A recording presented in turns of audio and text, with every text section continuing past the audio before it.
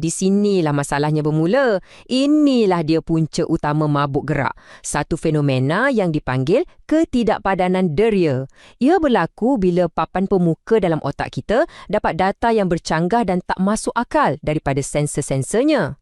Nama teknikalnya ialah konflik deria. Dalam bahasa mudah, otak kita jadi keliru.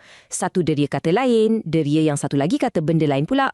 Bayangkan ada dua orang bagi laporan yang berbeza tentang benda yang sama. Mestilah kita pening kan? Macam itulah otak kita rasa.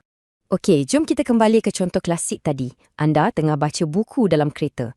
Mata anda yang tengah fokus pada muka surat yang tak bergerak tu, hantar laporan ke otak. Bos, keadaan statik. Kita tak bergerak. Tapi, pada masa yang sama, sistem dalam telinga dalam anda yang boleh rasa setiap selekoh dan bonggol, hantar laporan yang berbeza. Tunggu sekejap, saya rasa kita tengah bergerak laju ni.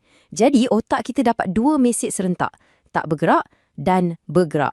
Kekeliruan inilah yang mencetuskan siren kecemasan dalam kepala kita. Dan konflik ni boleh jadi terbalik juga tau. Contohnya bila anda tengok filem aksi kat skrin IMAX besar atau guna VR. Mata anda nampak adegan kejar-mengejar yang laju gila dan menjerit pada otak, kita tengah terbang laju ni. Tapi telinga dalam dan badan anda pula hantar laporan yang tenang, taklah, kita tengah duduk diam di atas kersi. Sekali lagi, konflik. Dan hasilnya boleh jadi sama, rasa pening dan loyah. Untuk faham lagi pasal telinga dalam ni, cuba bayangkan alat timbang air yang tukang rumah guna tu, yang ada cecair dengan gelembung udara.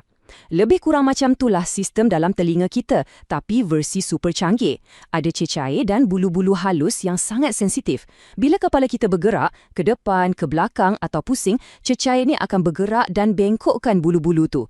Inilah cara otak kita tahu dengan tepat macam mana kepala kita bergerak. Bila sistem ni kata bergerak, tapi mata kata tak, otak kita anggap ni satu ralat yang serius.